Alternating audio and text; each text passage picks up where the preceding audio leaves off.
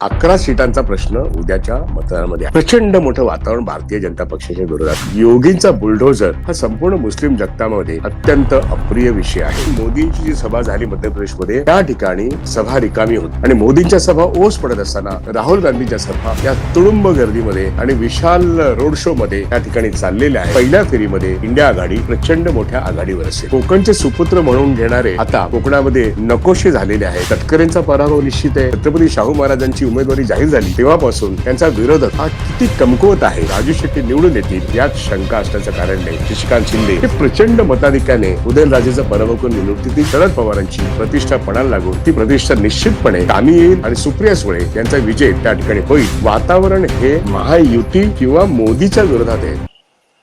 नमस्कार, मी विश्वास उटगी.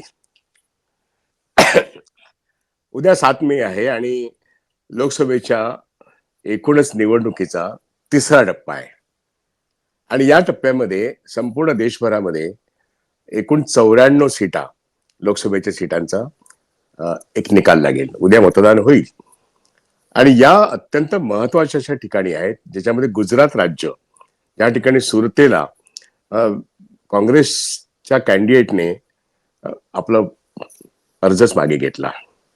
त्यामुळे विजय झालेलाच आहे बीजेपीचा. त्यामुळे ती वगळून गुजरातच्या अन्य सीटांचा निकाल हा उद्या होईल. गोव्यामध्ये 2 सीटा आहेत. त्याचबरोबर ती 4 आसामला आहेत, 4 पश्चिम बंगालमध्ये आहेत, जवळजवळ 10 या युपीच्या आहेत आणि मध्य प्रदेशच्या आहेत. याचबरोबर संपूर्ण महाराष्ट्र जर बघितलं तर 11 सीटांचा प्रश्न उद्याच्या मतदानामध्ये आहे. कर्नाटकामध्ये अजूनही 14 जागा या निकाली लागायच्या आहेत आणि या संपूर्ण 94 सीटांच्या बाबतीमध्ये कर्नाटकमध्ये भाजपच्या विरोधामध्ये जो प्रज्वल रेवण्णा याच्या संदर्भात जो एक रेपिस्ट म्हणून त्याच्यावरती आता एक SITच बसलेली आहे. म्हणजे जवळजवळ 3000 व्हिडिओ स्त्रियांचं जी काही प्रचंड अब्रू लुटली गेलेली आहे. एक मणिपूरचा स्टेट स्पॉन्सर्ड टेररिझम आपण बघितला ज्या ठिकाणी महिलांवरती प्रचंड मोठा अन्याय झाला. पण या ठिकाणी देवेगौडांच्या नातवाने आणि भाजपच्या नरेंद्र मोदींनी तिथे जाऊन त्याचा प्रचार केला. त्या संपूर्ण कर्नाटकामध्ये आता 14 सीटा ज्या या टप्प्यात उद्याच्या आहेत त्याचा निकाल लागेल. प्रचंड मोठं वातावरण भारतीय जनता पक्षाच्या विरोधात आहे. आसाममध्ये सीएचा प्रश्न म्हणजे संपूर्ण मुस्लिम जगतामध्ये हा सीएचा प्रश्न अव्वल दर्जाचा झालाय, कारण त्याची नियमावली अमित शहानी जाहीर केलेली आहे. त्यामुळे मुस्लिम नागरिकांना दुय्यम नागरिकत्व मिळणं किंवा ते भारताबाहेर जाणं अशा तऱ्हेच्या धमक्याच आसामचा मुख्यमंत्री शर्मा जेव्हा देऊ लागतो किंवा या देशाचा गृहमंत्री देऊ लागतो तेव्हा मुस्लिमांचं मत, दलितांचं मत आणि भारतीय जनता पक्षाचे एकूणच महिलांविषयी, कामगारांविषयी, शेतकऱ्यांविषयी जे मत अत्यंत वाईट असं निर्माण झालेलं आहे त्याचा परिणाम म्हणून पश्चिम बंगालमधल्या 4 जागा, आसाम मधल्या 4 जागा या ठिकाणी भारतीय जनता पक्षाच्या विरोधात प्रचंड मोठं आक्रोश आहे. त्यामुळे इंडिया आघाडीच्या या ज्या जागा आहेत यांना एक मोठा उठाव मिळण्याची शक्यता आहे. फार मोठं या इलेक्शनमध्ये कुणाची लाट नसली तरी मोदी विरोधामध्ये एक फार मोठा असंतोष लोकांमध्ये आहे आणि म्हणून मी आसामचा उल्लेख केला, मी बंगालचा उल्लेख केला आणि विशेष करून मी कर्नाटकचा उल्लेख केला.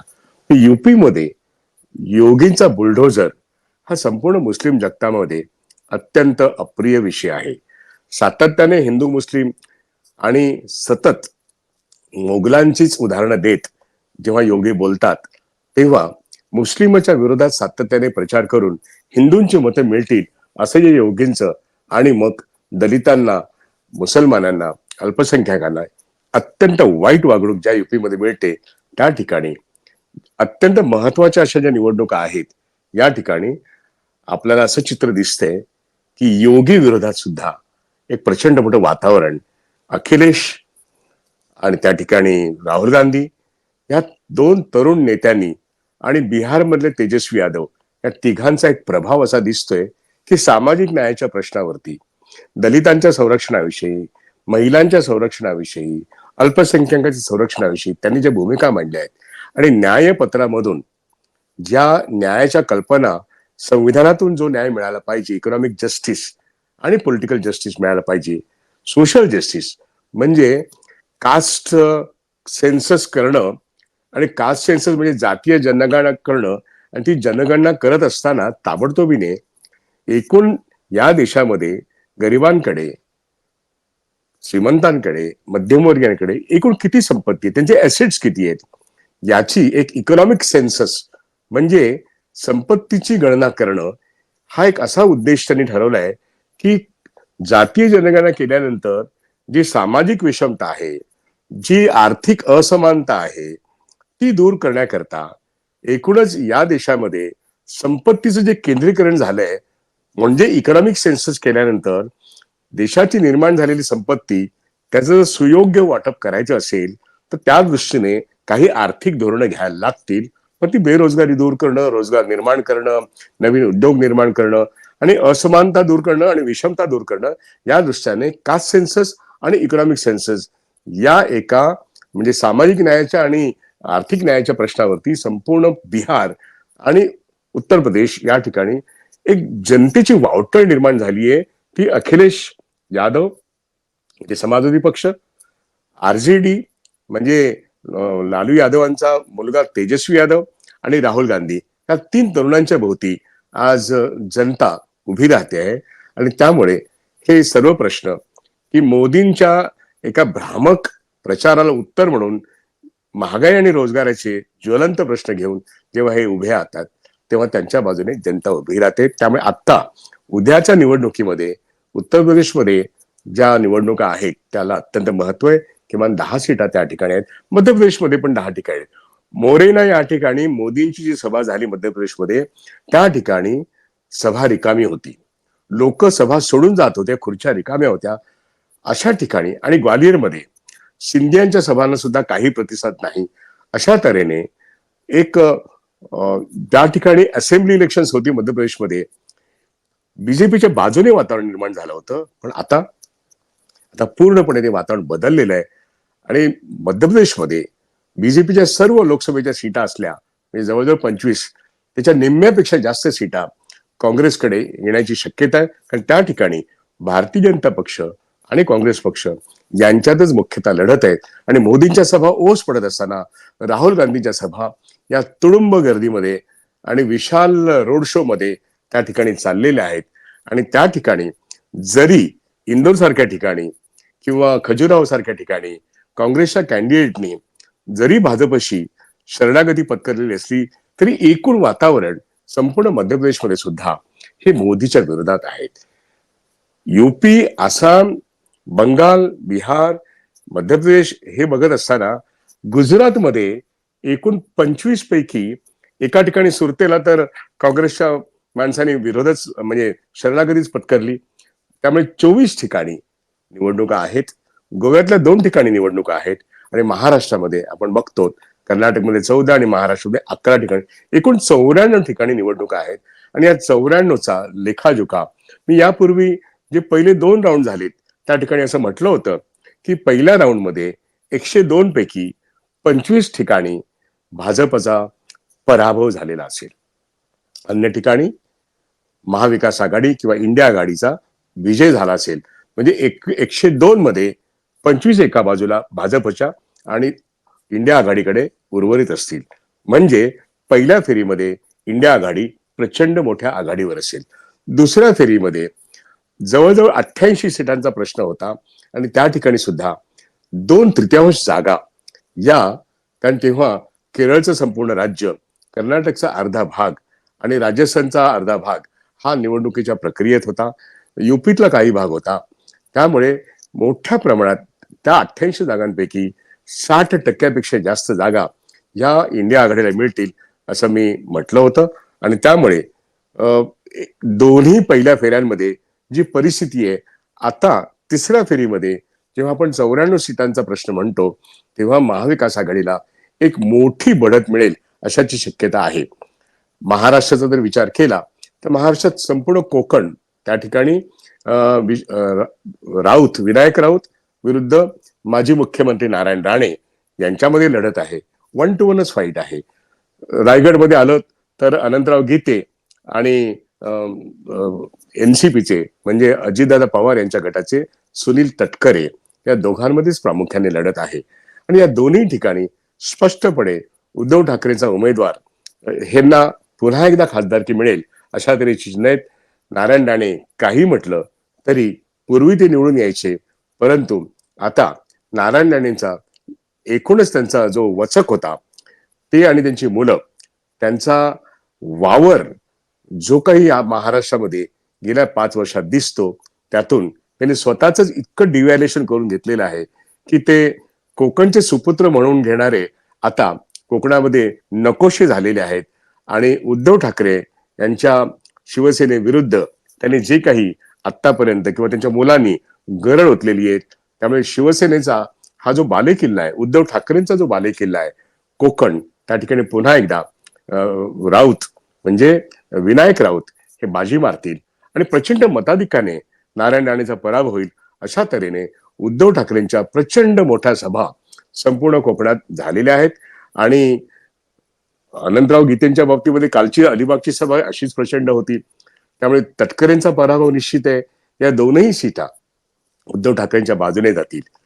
त्याचबरोबर जर पश्चिम महाराष्ट्रात आपण गेलो तर कोल्हापूरची सीट छत्रपती शाहू महाराजांची उमेदवारी जाहीर झाली तेव्हापासून त्यांचा विरोधक हा किती कमकुवत आहे. आणि त्यांनी जे काही अत्यंत वाईट पद्धतीने छत्रपती शाहू महाराजांचा उल्लेख केला, त्यामुळे पहिल्या दिवसापासूनच ती सीट शाहू महाराज जिंकल्यासारखेच आहेत. पण त्या ठिकाणी शरद पवारांच्या आणि उद्धव ठाकरेंच्या एवढ्या प्रचंड सभा झालेल्या आहेत. इव्हन आपचे संजय सिंग यांचं घणाघाती जे भाषण आहे ते कोल्हापूरकरांना, इंडिया आघाडीला आघाडी देऊन जातं. आणि छत्रपती शाहू महाराजांचा लौकिक अजातशत्रू असाच आहे. आणि शाहू महाराज हे अर्थातच कोल्हापूरकरांचं दैवत आहे. आणि शाहू महाराजांचा विचार आणि प्रत्यक्ष शाहू महाराजांचे वारस जेव्हा त्या ठिकाणी काँग्रेसच्या तिकिटावरती निवडणूक लढवतात तर संपूर्ण पश्चिम महाराष्ट्रात त्याचा प्रभाव असणं स्वाभाविक आहे. त्यामुळे शाहू महाराज निवडून येतील याच्यात कोणतीही शंका नाहीये. महाविकास आघाडीच्या आणि इंडिया आघाडीच्या प्रचंड मोठ्या सातत्याच्या सभा त्या विभागात झालेल्या आहेत. प्रश्न आहे तो हातकणंगलेला राजू शेट्टी त्या ठिकाणी बाजी मारून नेतील त्या ट्रँग्युलर फाईट मध्ये, जिथे महाविकास आघाडी आहे, जिथे युतीचा उमेदवार आहे. पण त्या ठिकाणी राजू शेट्टी यांचं जे काही काम आहे शेतकऱ्यांमध्ये आणि यापूर्वी सुद्धा ते निवडून आलेले आहेत, त्यामुळे त्यांना एक निश्चितपणे ते जिंकतील. आज ते अपक्ष आहेत पण निश्चितपणे ते उद्या इंडिया आघाडीच्या बाजूने येऊ शकतात. असाच राजू शेट्टी यांच्या विचाराचा जो काही एक ओळख त्यांच्या विचाराची ज्यांना आहे, त्यामुळे राजू शेट्टी निवडून येतील यात शंका असण्याचं कारण नाही. सांगलीला मात्र एक प्रश्न निर्माण होतोच. सांगलीला काँग्रेसची पारंपरिक सीट आहे, परंतु चंद्रहार पाटील हे इंडिया आघाडीचे उमेदवार आणि विशाल पाटील वसंतदादा पाटलांचे नातू हे त्या ठिकाणी आज अपक्ष म्हणून उभे आहेत.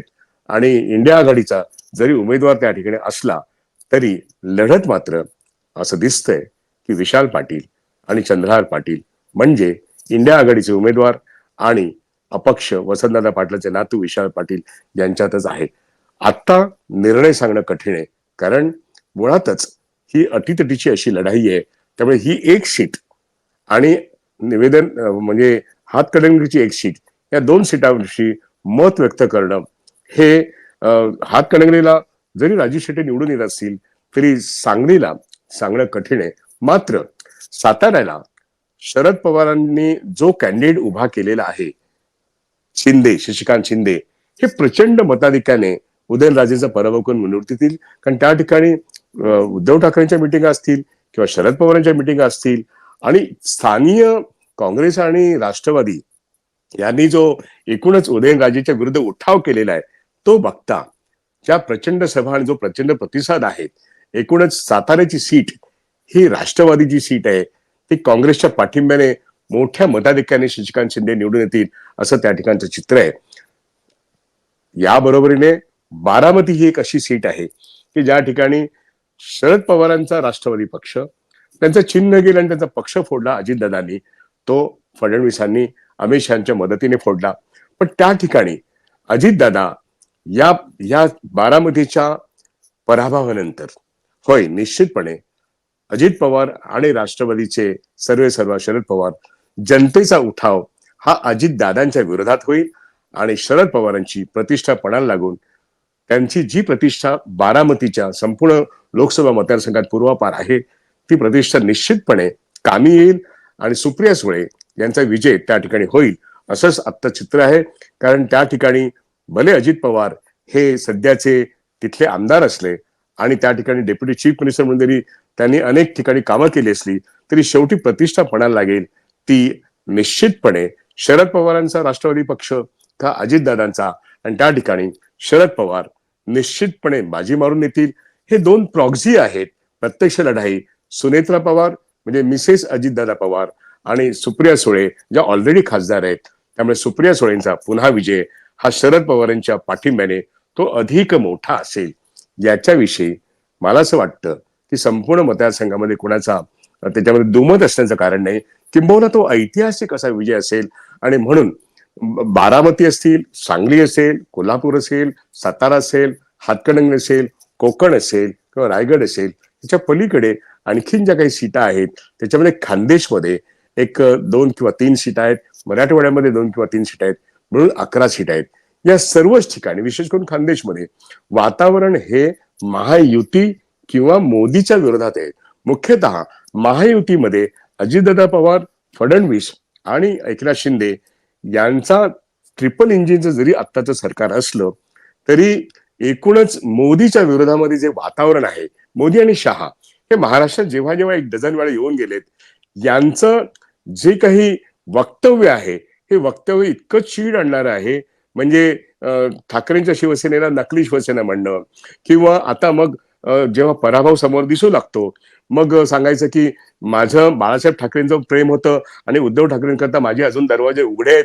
याला उद्धव ठाकरेंनी उत्तर दिलेलं आहे की तुमचे दरवाजे उघडे असतील तर उघडेच राहू द्या, बंद केले तर बंद करा, मला आमचं तुमच्याशी काही देणं घेणं नाही. आणि महाराष्ट्राचा सन्मान उद्धव ठाकरे, बाळासाहेब ठाकरे राखतील असं जेव्हा संजय राऊत म्हणाले किंवा महाराष्ट्राचा सन्मान हे उद्धव ठाकरेंची 21 उमेदवार निवडून आणण्यासाठी आहेत आणि ते निवडून येतील. शरद पवारांचे 10 उमेदवार निवडून येतील आणि काँग्रेसचे 17 उमेदवार निवडून येतील. अशाच तऱ्हेचं महाविकास आघाडीच्या बाजूने महाराष्ट्रात वातावरण आहे. आता आपण बोलतो त्या 11 जागांविषयी. या 11 जागांमध्ये बारामती ही सर्वात मोठी ऐतिहासिक अतिशय लढाई. शरद पवार जिंकतील, सुप्रिया सुळे पुन्हा एकदा खासदार होतील, याच्यात काही शंका नाही. सांगलीचा प्रश्न वगळता, अपक्ष एक हातकणंगलेला जे आहेत ते वगळता एकूण 11 मधले हे जे 2 वगळले तर 9 जागा या सर्व ठिकाणी उद्धव ठाकरे ज्या ठिकाणी इंडिया आघाडीचे उमेदवार उभे आहेत किंवा शरद पवार ज्या ठिकाणी इंडिया आघाडीचे उमेदवार आहेत आणि ज्या ठिकाणी काँग्रेस इंडिया आघाडीचे उमेदवार आहेत म्हणजे महाविकास आघाडीचे, त्यांना मोदीच्या विरोधात जनता कशी लढते त्याचा प्रचंड मोठा फायदा मिळणार आहे. हे खरं आहे की शरद पवारांच्या मिटिंगा मोठ्या झाल्या, उद्धव ठाकरेंच्या मिटिंगा मोठ्या झाल्या, त्यांच्याबरोबर नाना पटोले, पृथ्वीराज चव्हाण आहेत किंवा बाळासाहेब थोरातजी आहेत, ही सगळी मंडळी, नेते मंडळी त्या ठिकाणी, विजय वडेट्टीवार आहेत.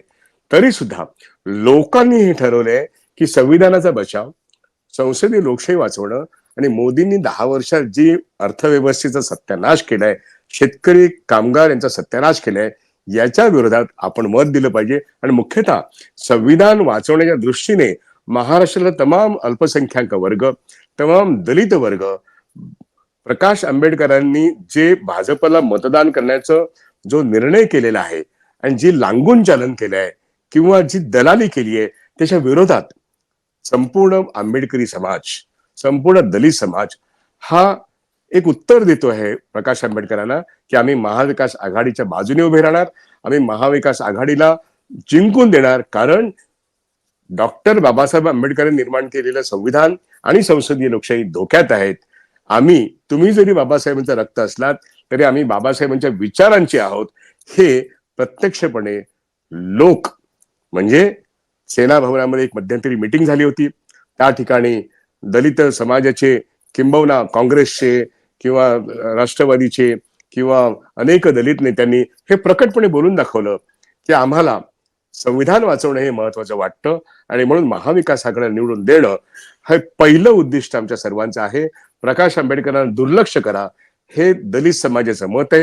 हीच भाषा मुस्लिम समाजाच्या नेत्यांनी पण सेना भवनामध्ये मांडली आणि त्याचं प्रत्यंतर या 11 ज्या जागा आहेत याही पूर्वी मुस्लिमांनी आणि दलितांनी महाविकास आघाडीच्या बाजूने मतदान केलेलं आहे. ते उद्याच्या मतदानात सुद्धा मोठ्या प्रमाणामध्ये सर्वच ठिकाणी दिसणार आहे, विशेष करून कोकणात आणि रायगडमध्ये.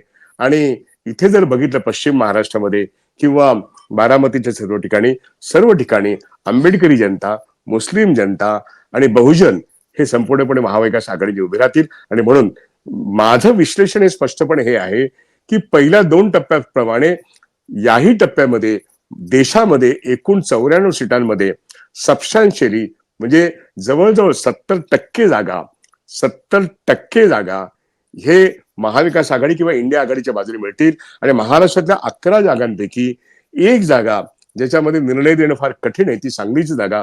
पण अन्य ठिकाणी महाविकास आघाडी किंवा इंडिया आघाडी ही महायुतीला धोबी पछाड करून प्रचंड मोठ्या फरकाने विजय मिळवेल अशाच तऱ्हेची ही तिसरी फेरी आहे. आणि हे मी सांगत असताना एका गोष्टीचा उल्लेख करणं आवश्यक आहे. 2 दिवसापूर्वी आंतरराष्ट्रीय स्तरावरती फ्रीडम ऑफ प्रेस इंडेक्स त्याच्यामध्ये भारत हा 116वा इतक्या मागे आहे असं कोण बोललं? तर झी मीडियाचे सर्वेसर्वा सुभाषचंद्र गोयल बोलले. आपण ज्याला गोदी मीडिया म्हणतो त्या गोडी मीडियाचे महापुरुष म्हणजे सुभाषचंद्र गोयल. त्यांनी हे वक्तव्य करावं आणि त्यांनी शहा आणि नरेंद्र मोदी यांच्यावरचा कॅमेरा हटवणं आणि प्रियांका गांधी आणि राहुल गांधी यांच्यावरती कॅमेरा लावणं अशा तऱ्हेच्या गोष्टी झीवरती दिसायला लागल्यात. त्यांनी नरेंद्र मोदींवरती सातत्याने एकाच बाजूने बातम्या देणं आणि प्रचार करणं हे ज्या त्यांच्या सगळ्या अँकरचं काम होतं, त्यांच्या सीईओचं काम होतं, त्या सगळ्यांना सुभाषचंद्र गोयल यांनी घरी बसवलंय. आणि त्यांचा हिंदी, त्यांचा गुजराती, मराठी, बंगाली, तमिळ, तेलुगू, कानडी सर्व चॅनेलमध्ये त्यांनी खूप मोठे परिवर्तन केलेत.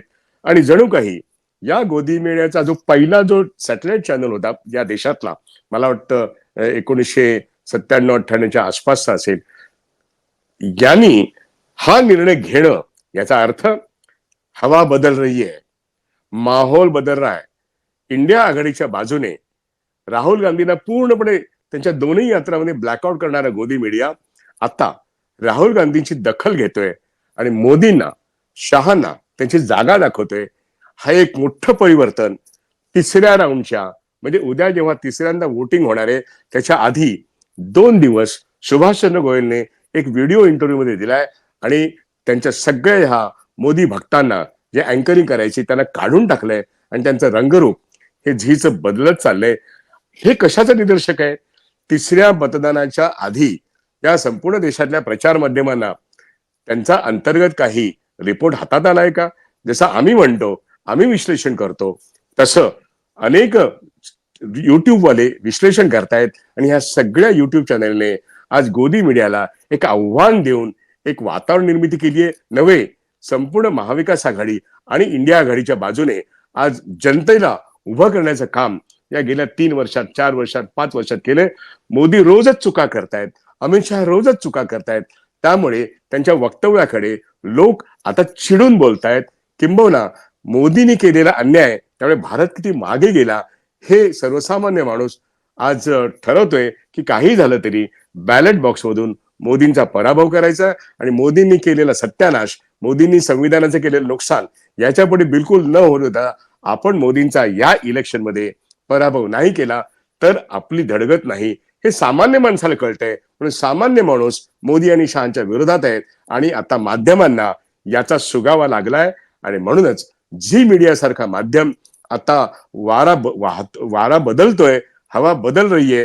हे मला उद्याच्या निवडणुकीच्या आधी 2 दिवस झी मीडियाच्या सुभाषचंद्रच्या इंटरव्ह्यूच्या नंतर आता मी जे विश्लेषण करतोय त्याच्यामध्ये गोदी मीडिया सुद्धा उद्यापासून एक वेगळं रूप दाखवायला लागेल. आणि हाच एक्झॅक्टली फरक 4 जून पर्यंत आलेला आपल्याला दिसेल.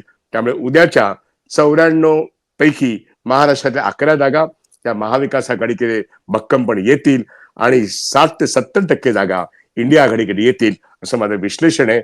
आणि निश्चितपणे मोदींना त्यांच्या पराभवाची ही सुरुवात झाली आहे हे नक्कीच.